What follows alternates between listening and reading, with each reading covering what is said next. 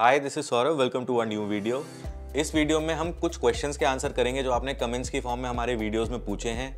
Common questions होते हैं, काफ़ी लोगों को और भी क्लैरिटी मिलेगी जिनके सेम सेट ऑफ क्वेश्चंस होंगे। So let's start the video. So पहला क्वेश्चन पूछा है हमसे अजय रावत जी ने, could you make a video on Orion 132 studio apartment, it will be very helpful and I am interested in it, thanks in advance. So Orion 132 sector 132 Noida expressway अच्छी location का commercial project है। Offices हैं, उसमें retail है, studio का एक tower आएगा जो एट दिन कमर्शियल स्टूडियोज होंगे, एट दिन किसी होटल को लीज आउट होंगे। स्टूडियोज भी ना दो कैटेगरी के होते हैं, थोड़ा सा मैं बाकी व्यूअर्स को भी बता देता हूँ। एक रेजिडेंशियल स्टूडियोज होते हैं जो एक रेजिडेंशियल अपार्टमेंट के अंदर होते हैं, और एक कमर्शियल स्टूडियोज होते हैं जो कमर्शियल प्रोजेक्ट के अंदर होते हैं। रेजिडेंशियल स्टूडियोज इंडिविजुअली टेनेंट्स को लीज आउट होते हैं, और कमर्शियल स्टूडियोज मेजरली यूजुअली एक होटल चेन को लीज आउट होते हैं। तो ऑब्वियसली हम इसकी वीडियो तो नहीं बना सकते क्योंकि अभी इसका रेरा नहीं आया है, तो हम we can not promote it, हम इसकी वीडियो तो नहीं बना पाएंगे। लेकिन अगर आप सजेशन पूछ रहे हैं तो मैं बोलूँगा कि there are better developers, better options that are coming up, जो कमर्शियल स्टूडियो के अंदर अपने प्रोजेक्ट्स लाएंगे नोएडा में, यमुना एक्सप्रेसवे पे। तो सजेशन ये है कि आप उनके आने का वेट कर लीजिए। सो दूसरा क्वेश्चन पूछा है हमसे ऋतिक नागपाल जी ने, are residential plots in sector 105 still investable. So जिन लोगों ने मेरी वीडियोस पहले भी देखी है उनको पता है कि सेक्टर 105 के बारे में मैंने हमेशा अच्छा ही बोला है। बहुत अच्छा सेक्टर है, प्लॉटेड सेक्टर, जिसको भी नोएडा एक्सप्रेसवे पे इंडिविजुअल प्लॉट लेके कोठी बना के रहने का सेटअप करना है। 105 बहुत अच्छा सेक्टर है, बड़ी रोड्स हैं, अच्छा खुला डुल्ला सेक्टर है, लोकेशन बहुत अच्छी है। लेकिन इन्वेस्टेबल अब नहीं मैं बोलूँगा कि है, क्योंकि 2 साल पहले उस सेक्टर का रेट ऑलमोस्ट 70-75 हज़ार रुपये पर स्क्वायर मीटर था, जो आज की तारीख में 2 लाख रुपए पर स्क्वायर मीटर को भी क्रॉस कर चुका है। तो मुझे लगता है कि अब उसमें बहुत ज़्यादा जूस बचा है in terms of price appreciation, क्योंकि आप एट दिन अंडरस्टैंड करें कि ये रिपल इफेक्ट की तरह काम करते हैं प्लॉट्स के रेट। अगर 105 का रेट 3 लाख रुपए पर स्क्वायर मीटर हो जाएगा तो सेक्टर 44 जिसका ऑलरेडी 3-3.25 लाख रुपए आज है, उसका 4-4.5 क्रॉस कर जाएगा शायद। सेक्टर 15A का फिर ऑलरेडी और 5 लाख के आसपास तो आज ही है, तो और बढ़ जाएगा, तो वो दिल्ली से भी महंगा हो जाएगा। तो मुझे नहीं लगता कि नोएडा और गुड़गांव के प्लॉटेड सेक्टर के प्राइसेस दिल्ली के अच्छे पॉश कॉलोनीज के आसपास प्राइस होगा, यानी कि रेट मैचअप होगा, क्योंकि वरना दिल्ली से कोई मूव आउट ही नहीं करेगा। तो मुझे नहीं लगता कि इन्वेस्टेबल अब है सेक्टर 105 में प्लॉट खरीदना। लेकिन हाँ, सेक्टर बहुत अच्छा है, अगर आपको मकान बना के रहना है तो अच्छा सेक्टर है। सो अगला क्वेश्चन पूछा है हमसे DXB लिविंग अकाउंट से, anyone know about WTC projects in Noida, please share what's the update. अब ये जिस कंपनी ने फ्रेंचाइज लिया है वर्ल्ड ट्रेड सेंटर के नाम को यूज़ करने का इंडिया के कुछ शहरों में, नोएडा में है, यमुना एक्सप्रेसवे पे कुछ पार्ट डिलीवर कर दिया है, उसमें वीवो भी है, गुजरात के गिफ्ट सिटी में लाए थे, ये पंजाब में लाए थे, फरीदाबाद में कुछ प्लॉट्स निकाल दिए फिर एट द एंड WTC के नाम पे। तो ठीक नहीं है सिचुएशन। इंटेंशन भी मुझे थोड़ी सी इस कंपनी की ऐसी लगती है, नाम यूज़ करके काफ़ी लोगों को, चलो डिटेल में नहीं बात करते, बट इन शॉर्ट है कि सिचुएशन ठीक नहीं है। जो लोग इन्वेस्टेड हैं इन प्रोजेक्ट्स में, स्पेसिफिकली जो फरीदाबाद के प्लॉट्स में इनसे ख़रीदा है जिन्होंने, उनको शायद मिल के इनके अगेंस्ट लीगल एक्शन लेना चाहिए। This is what I suggest. So अगला क्वेश्चन हमसे पूछा है राधा जी ने, which is better for investment perspective, Noida expressway, greater Noida और द्वारका एक्सप्रेसवे।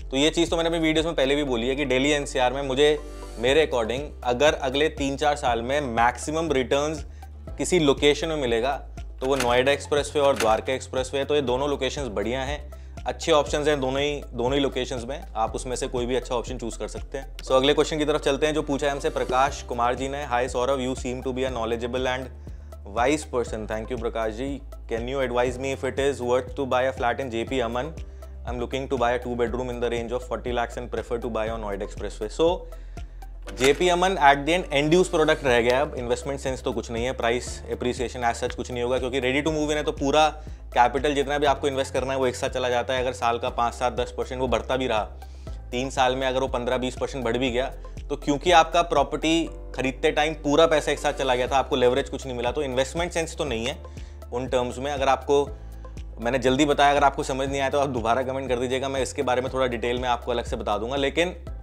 अगर आपको लोकेशन यही सूट करती है, आपका वर्क प्लेस इसके आसपास है, आपको नोएडा एक्सप्रेसवे पे ही रहना है, तो 2 bedroom इससे कम प्राइस का है भी नहीं, खुला डुल्ला तो है ही at the end, but project as such को इतना डिसेंट नहीं है। लेकिन हाँ, इस रेंज में और कुछ मिलेगा नहीं, so that is the only option. तो ठीक है, अगर आपका एंड यूज है तो ले लो, इन्वेस्टमेंट है तो देयर आर बेटर ऑप्शंस। सो अगले कमेंट की तरफ चलते हैं जो पूछा है हमसे एनोनिमस 689 अकाउंट से, not sure why you not covering sector 150 and it's all aspects, I am sure it must be in the pipeline, but I think it's right time to do that. बिल्कुल pipeline में है sector 150 के बारे में, हम बहुत जल्द एक डिटेल में वीडियो बनाएंगे। रजिस्ट्री को लेके स्पेसिफिकली जो बहुत लोग जानना चाहते हैं नए प्रोजेक्ट्स के बारे में, क्योंकि नया प्रोजेक्ट कोई आ नहीं रहा है, उसका क्या रीज़न है, करंट के क्या प्राइसिंग चल रहे हैं, पोजेशन स्टेटस किस प्रोजेक्ट के कहाँ चल रहे हैं। और आपको बताइए सेक्टर 150 और नोएडा एक्सप्रेसवे का तो मैं अनऑथराइज्ड ब्रांड एम्बेसडर हूँ, मैंने बहुत प्रमोट किया है सेक्टर 150 को, तो स्पेसिफिकली हमारा बहुत प्रिय सेक्टर है, बहुत फेवरेट सेक्टर है। सो बहुत जल्द सेक्टर 150 के बारे में एक डिटेल में वीडियो बनाएंगे, सारे एस्पेक्ट्स उसमें बता देंगे। सो आप वेट कर लीजिए उस वीडियो के आने का। सो नेक्स्ट क्वेश्चन हमसे पूछा है अंकुर जैन जी ने। Hi Saurabh, great video, just want to know why Sikka mall of Noida is not suggestable, I am planning to start an investment there, thanks in advance. तो देखो, जब आपके पास अच्छे डेवलपर के ऑप्शन है, देखो कमर्शियल प्रोजेक्ट के अंदर मेन चीज़ लीजिंग होती है कि वो कितने अच्छे ब्रांड्स को लीज करता है और उसने पुराने जितने प्रोजेक्ट्स डिलीवर करे हैं वो 10 साल बाद भी, 5 साल बाद भी, 15 साल बाद भी कितने अच्छे तरीके से उसको मेंटेन कर रहा है। तो सिक्का ने आज सच कोई कमर्शियल में उतना अच्छा नहीं किया अभी तक। ऑलरेडी आपको पता है डिलेड प्रोजेक्ट है, कुछ स्वामी फंड या कुछ अलग अलग तरह के फंड्स मिलकर वो प्रोजेक्ट कंप्लीट कर रहा है। तो जिन लोगों ने खरीदा है उनके लिए तो अच्छी चीज़ है। लोकेशन भी ठीक है, नोएडा एक्सप्रेसवे पे ही है, बट अप्रोच रोड आपको पता है इतनी अच्छी नहीं है। लेकिन कुल मिला के इसलिए सजेस्ट नहीं करेंगे क्योंकि उससे बेटर डेवलपर के, बेटर लोकेशन के, बेटर कॉन्सेप्ट के ऑप्शन जब हैं तो आपको क्यों जाना है। आपको एश्योर्ड रिटर्न 18%, 20%, उन चीज़ों में आप क्यों आ रहे हो? आप प्रॉपर्टी खरीदो ना, आप स्कीम्स में क्यों फंसते हो। सो नेक्स्ट क्वेश्चन पूछा है गर हेमंत जी ने। Godrej palm retreat versus ATS Pious orchards, which one to go and why? Also suggest price appreciation for ATS in next 2-3 years please. So देखो, दोनों ही प्रोजेक्ट्स अच्छे हैं। गोदरेज पाम रिट्रीट भी बहुत अच्छा प्रोजेक्ट है, पायस ऑर्चर्ड्स तो अच्छा प्रोजेक्ट है ही। मैं खुद भी इन्वेस्टेड हूँ, मैंने पहले भी अपनी वीडियोस में बताया है। तो मेरा तो पर्सनली फेवरेट प्रोजेक्ट है। मैं चाहूँगा मैक्सिमम रेट पायस ऑर्चर्ड्स के बढ़े। लेकिन अगर आप नेक्स्ट 2-3 ईयर्स का प्राइस एप्रिसिएशन मुझसे पूछें पायस ऑर्चर्ड्स का, तो इतने लंबे टाइम का नहीं, मैं आपको दिसंबर तक का बता देता हूँ। 2023 के दिसंबर तक मुझे ऐसा लगता है कि पायस ऑर्चर्ड्स का रीसेल प्राइस, यानी कि चलो दिसंबर नहीं, मैं आपको जैन फेब बता देता हूँ नेक्स्ट ईयर, जब मुझे ऐसा लगता है कि रीसेल चालू हो जाएगी, तब तक ये प्रोजेक्ट सोल्ड आउट हो जाएगा। मुझे ऐसा लगता है कि resale would be close to 13-14,000 rupees per square feet. 15,000 रुपये पर स्क्वायर फीट अगले 1 साल में पायस ऑर्चर्ड्स का प्राइस हो जाएगा, जिस तरह का उसके पास साइज़ हैं, लेआउट्स हैं, 1 फ्लोर पे 2 फ्लैट वाला जो कॉन्सेप्ट है। और क्योंकि जैसे क्लियो काउंट में आपको एक दूसरा एग्जांपल देता हूँ, क्लियो काउंटी जब प्रोजेक्ट लॉन्च हुआ था, उन्होंने प्लान नहीं किया था कि वो उतना प्रीमियम प्रोजेक्ट बनाएंगे। उन्होंने बाद के फ्यूचर के फेजेस के टावर्स के साइजेस भी बड़े कर दिए थे, क्योंकि प्राइस इतना बढ़ गया था कि लग्जरी उन्होंने ऑटोमेटिकली ऐड कर दी, जो उन्होंने बताई भी नहीं थी। तो सिमिलरली पायस ऑर्चर्ड्स में भी, क्योंकि ये प्राइस लॉन्च हुआ था इस प्रोजेक्ट का ऑलमोस्ट 5,000 रुपये, आज की तारीख में ऑलमोस्ट 10-10,500 10,000 रुपये है, और मैं बोल रहा हूँ कि 13-14-15,000 में डेवलपर सेल करेगा अपनी लास्ट की इन्वेंट्रीज। तो मुझे ऐसा लग रहा है, जिस तरह से मैंने बात भी करी है वहाँ पे ATS होमक्राफ्ट में, मुझे ऐसा लग रहा है कि वो प्रोजेक्ट जैसा दिखाया गया था उससे ज़्यादा प्रीमियम प्रोजेक्ट बनाएंगे वो। कॉमन एरियाज़ में जिस तरह के शैंडलर लॉबीज जिस तरह से होना चाहिए, एक और बेटर और प्रीमियम प्रोजेक्ट बनाने की कोशिश करेंगे। तो मुझे ऐसा लगता है कि पायस ऑर्चर्ड्स का प्राइस, आपके क्वेश्चन का आंसर ये कि next 1 year will be close to 15,000 rupees per square feet in resale. So next question की तरफ चलते हैं, जो पूछा है हमसे विशाल मेहता जी ने। Required 2 bedroom for investment purpose near sector 137 to sector 143, kindly suggest. So इस बेल्ट में 137 से 143 के बेल्ट में जो आपने पूछा है, बस एक ही प्रोजेक्ट है जो नया बन रहा है अंडर कंस्ट्रक्शन, SK ओरायन, उनके पास 2 बेडरूम्स है भी नहीं। अब अगर आप पूछ रहे हैं कि रेडी टू मूव इन जितने भी वहाँ पे प्रोजेक्ट्स हैं उसमें एज इन्वेस्टमेंट कौन सा सबसे बेटर है, तो अंटिल आपका कैपिटल गेन्स टैक्स का टाइम खत्म होने वाला है और आपको एक ready to move in property खरीदनी है, उसके अलावा ready to move in flat खरीदना एज इन्वेस्टमेंट बिल्कुल भी समझदारी नहीं है। प्राइस एप्रिसिएशन का कोई बहुत ज़्यादा स्कोप बचता नहीं है, 5-7% शायद प्रॉपर्टी का प्राइस बढ़ता रहे सालाना। रेंटल वैल्यू हार्डली 3-3.5%, कई केसेस में 2.5%। तो इतना ज़्यादा कोई इन्वेस्टमेंट सेंस बचता नहीं है। लेकिन अगर आपका ऑब्वियसली कैपिटल गेन्स टैक्स वाला का प्रॉब्लम है कि आपको एक रेडी टू मूव इन या नियर टू पोजेशन खरीदना है, तो गुलशन बॉटनिया है इस पूरे एरिया में जो मुझे ऐसा लगता है कि out of all the options comparatively थोड़ा ठीक प्रोडक्ट है, क्योंकि वो नया प्रोजेक्ट डिलीवर हुआ है। सो नेक्स्ट क्वेश्चन की तरफ चलते हैं, जो हमसे पूछा है पंकज तोमर जी ने। Hi Saurav, why you not talking about the Noida extension newly launched projects in sector 10 and 12? Nowadays you always talk about expensive projects. So ऐसा नहीं है पंकज जी। पहले तो मैं आपको ये बता देता हूँ कि हम एज अ कंपनी क्या करते हैं, हम किस तरीके से आपको हेल्प कर सकते हैं। हम 2 चीज़ों में डील करते हैं, एक करंट अपॉर्चुनिटी में और दूसरा पोर्टफोलियो मैनेजमेंट में। सो सेक्टर 10 और 12 में एज सच जो आप शायद महागुन और एलडीको के जो प्रोजेक्ट्स आ रहे हैं आप उनके बारे में बात कर रहे होंगे। पहली बात तो उनका रेरा नहीं आया तो we can not promote it, पहली चीज़। दूसरी चीज़ ये कि हम वो एज सच ना कोई अपॉर्चुनिटी नहीं है, मतलब कि अगर वो 7-8 हज़ार रुपये पर स्क्वायर फीट में लॉन्च होंगे, पोजेशन तक 12-13 हज़ार रुपये पर स्क्वायर फीट का प्राइस हो जाएगा। 3 साल में 2.5 साल में 90% पैसा आपका चला जाएगा, उसके 2 साल बाद आपको 2.5 साल बाद पोजेशन मिलेगा। तो इन्वेस्टेड अमाउंट का एज सच कोई बहुत हैंडसम रिटर्न नहीं है, इसलिए हमने अभी तक उसको प्रमोट नहीं किया। अगर उस लोकेशन में कोई अच्छी अपॉर्चुनिटी आएगी अच्छे पेमेंट प्लान के साथ, तभी हम आपको बताएंगे। जैसे मैं आपको एग्जांपल देता हूं, हमने एक वीडियो बनाया था सेक्टर 151 में नोएडा अथॉरिटी के प्लॉट्स के बारे में, तो वो उस टाइम की एक अच्छी अपॉर्चुनिटी थी। उस टाइम मैंने अपनी वीडियो में बोला था कि आज की तारीख में 162 मीटर का प्लॉट ऑलमोस्ट 90 लाख 1 करोड़ के आसपास है। अगले 6 महीने में ये 1.25 करोड़ के आसपास हो जाएगा। आप पता कर लीजिए, करंट का प्राइस वो ऑलरेडी हो भी चुका है।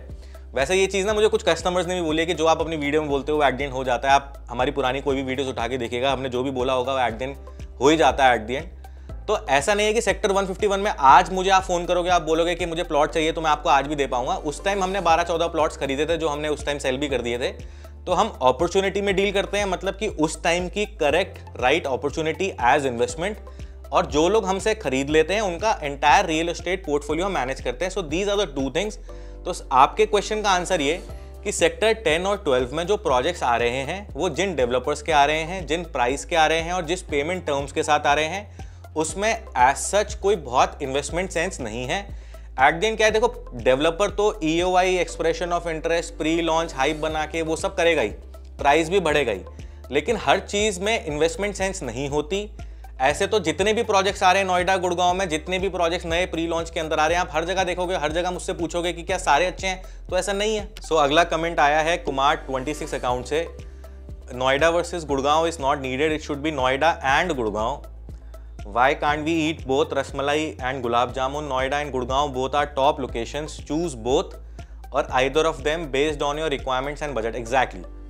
मैं भी एक वीडियो बना रहा हूँ नोएडा वर्सेस गुड़गांव, जो आपने कमेंट्स में भी बोला है मुझे बनाने के लिए, तो मैं उसमें और फैक्ट्स एंड फिगर्स कलेक्ट कर रहा हूँ। एक अच्छी वीडियो बनाऊंगा नोएडा एंड गुड़गांव की। मैं वर्सेस मैं भी नहीं बनाना चाहता, क्योंकि ना तो नोएडा को गुड़गांव बनना है, ना गुड़गांव को नोएडा बनना है, ना इन दोनों शहरों को जिला गाजियाबाद बनना है। तो हर शहर का अपना एक चार्म होता है, अपनी एक रियल एस्टेट की अपनी एक स्टोरी होती है। कोई भी शहर दूसरे शहर की तरह नहीं बनेगा। इस कमेंट के अंदर एकदम एग्जैक्टली सही चीज लिखी है कि why can't we eat both rasmalai and gulab jamun. तो this is the correct answer for everybody who is looking for answers between Noida and Gurgaon. So अगले कमेंट की तरफ चलते हैं, जो आया है रजत 8 अकाउंट से।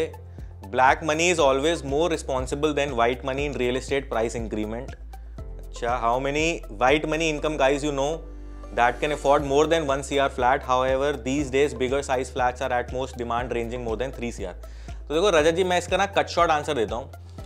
हम जिस इनकम ग्रुप में होते हैं, मतलब कोई इनकम ग्रुप है जो महीने के 50,000 रुपये महीने कमा रहे हैं, कुछ 2 लाख, कुछ 10 लाख, कुछ 20 लाख, कुछ 2 करोड़ रुपये महीना भी कमा रहे हैं। तो हम जिस इनकम ग्रुप में होते हैं एज अ ह्यूमन, हमें ऐसा लगता है कि पूरी दुनिया उसी के आसपास रिवॉल्व करती है। जैसे ही आदमी का इनकम स्टेटस इंक्रीज होता है, उसकी प्रायोरिटीज लाइफ की इंक्रीज हो जाती हैं या प्रायोरिटीज लाइफ की चेंज हो जाती हैं। तो ऐसा नहीं है। अब जो गोदरेज का प्रोजेक्ट आया, मैक्स का प्रोजेक्ट आया, ऑल वाइट डेवलपर्स हैं, ये कोई कैश ट्रांजैक्शन नहीं होती इन डेवलपर्स में, या DLF है या जो भी MR आया, तो 8-10 करोड़ के अपार्टमेंट्स भी जो सेल हो रहे हैं उसमें कोई ब्लैक मनी इन्वॉल्व नहीं है, सब वाइट की इनकम का है। लेकिन अभी इसके बारे में मैं ना एक डिटेल में वीडियो बनाऊंगा। इस कमेंट में मुझे एक अच्छा आइडिया मिला इससे, कि जिस इनकम ग्रुप में आप होते हैं, आप हमेशा ये सोचते हैं कि सब उसी इनकम ग्रुप में है और सब उसी तरह सोचेंगे, लेकिन ऐसा नहीं होता है। इसमें ना मैं एक चीज़ और ऐड कर देता हूँ, जिसके बारे में भी हम वीडियो बना रहे हैं, हम उसके बारे में स्टडी कर रहे हैं अभी, कि जिस भी शहर का रियल एस्टेट का प्राइस पर स्क्वायर फीट इंक्रीज होता रहता है या एक लेवल तक इंक्रीज हो जाता है और वो अफोर्डेबल नहीं रहता, तो उस शहर का रियल एस्टेट का साइजेस छोटे हो जाते हैं। मतलब जैसे आप बॉम्बे का रियल एस्टेट देखो, वहाँ पे 2 bedroom 600 foot 700 foot, carpet area 400-450 foot, या 3 बेडरूम 1000 फुट, तो आप देखेंगे कि नोएडा और गुड़गांव में प्राइस पर स्क्वायर फीट 15,000-20,000 रुपये पर स्क्वायर फीट हो जाएगा अगले 1-2 साल में, 3 साल में, 4 साल में, और साइजेस छोटे हो जाएंगे। और इसके बारे में एक बहुत अच्छी वीडियो हम बना रहे हैं ऑलरेडी, आप देखेंगे हमारे चैनल पर। सो इस वीडियो के लास्ट कॉमेंट, लास्ट क्वेश्चन पे आ गए हैं हम, जो आया है कुणाल जी के अकाउंट से। I have 2 questions. So first question is why you don't do property tours now? You give lot of important education but we want to see property tours too. So आपके पहले क्वेश्चन का answer करते हैं। तो पहले हमने initially start ऐसे ही किया था, हम प्रॉपर्टी आपको दिखाते थे, प्रोजेक्ट्स दिखाते थे, उनके सैंपल्स दिखाते थे, आपको फ्लैट दिखाते थे, प्रोजेक्ट का कंस्ट्रक्शन अपडेट दिखाते थे, जो हमें ऐसा लगता था कि जो हमें प्रमोट करना चाहिए या पे जहाँ पे प्राइस एप्रिसिएशन अच्छा होगा। लेकिन अब हमने इवेंचुअली देखा कि बहुत लोग इस तरह की वीडियोस बनाते हैं। आप किसी भी प्रोजेक्ट को यूट्यूब पे सर्च करेंगे, उसके आपको 10, 15, 20, 50 वीडियोस मिल जाएंगी जो लोगों ने बना रखी हैं उस प्रोजेक्ट के बारे में। और लोगों ने अच्छे मॉडल्स वगैरह हायर करके भी उस तरीके की भी वीडियोस बनाते हैं। सुंदर लड़कियां आपको बताती हैं कि इस तरह का फ्लैट है, इस तरह का लेआउट है। तो मुझे लगता है कि अब हमें ज़रूरत है उस तरह की वीडियोज़ बनाने की। हाँ, अगर अब भी मुझे ऐसा लगेगा कि कोई सुपर अपॉर्चुनिटी है, सुपर कोई प्रोजेक्ट है जिसको हमें आपको दिखाना ही चाहिए तो ही दिखाएंगे, वरना यूजुअली आप देखेंगे कि हमारे चैनल पे आपको प्रॉपर्टी टूर्स नहीं दिखेंगे। और दूसरा क्वेश्चन कुणाल जी ने पूछा है कि I have invested in M3M project, kindly update on M3M as well. So I guess जो लेटेस्ट ED वगैरह का केस चल रहा है आप उसके बारे में पूछ रहे हैं M3M का। तो जो इन्फॉर्मेशन पब्लिक प्लेटफॉर्म पे अवेलेबल है वही आपको पता है, वही करेक्ट है, वही मुझे भी पता है। अभी वो चीज़ सब्जुडाइज है तो उसके बारे में बोलना ज़्यादा ठीक भी नहीं है। इलेक्शंस भी आ रहे हैं, अगले साल इलेक्शंस भी हैं, लेकिन आप बहुत ज़्यादा डिटेल में नहीं बात करनी चाहिए इस तरह के टॉपिक के बारे में। लेकिन ओवरऑल मुझसे आप पूछोगे तो M3M में ट्रांजैक्शंस अभी भी हो रही हैं, हमने भी करी हैं, पहले भी करी हैं।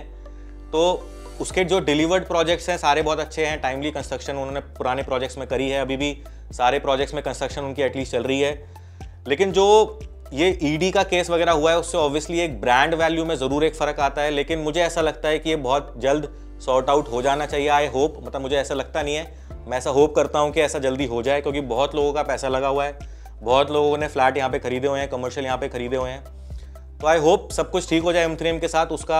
उसके बारे में गलत बोलने से कोई फ़ायदा नहीं है। एट द एंड सब लोग यही चाहेंगे कि रियल एस्टेट अच्छा काम करता रहे, बहुत लोगों को रोज़गार देता है एक डेवलपर, और स्पेसिफिकली जो इतना बड़ा डेवलपर हो जिसके इतने सारे प्रोजेक्ट्स हों, उनके अंदर तो आप अंडरस्टैंड कर ही सकते हैं कि किस किस तरह का उन अलग अलग लोगों को एम्प्लॉयमेंट मिलता है, कितने लोगों को घर बना के मिलने हैं इस डेवलपर के थ्रू। तो मुझे लगता है कि शायद गवर्नमेंट या वो चीज़ें भी उन चीज़ों को अंडरस्टैंड करती होंगी। लेकिन अगर इन्होंने कुछ गलत चीज़ करी है तो इनको ऑब्वियसली पेनलाइज किया जाएगा भी और करना भी चाहिए। सो आई होप आपको ये वीडियो अच्छा लगा होगा, कुछ इन्फॉर्मेशन आपको मिली होगी। अगर ऐसा है तो make sure you like this video and subscribe to our channel as well. So that was it for today, we'll see you next time.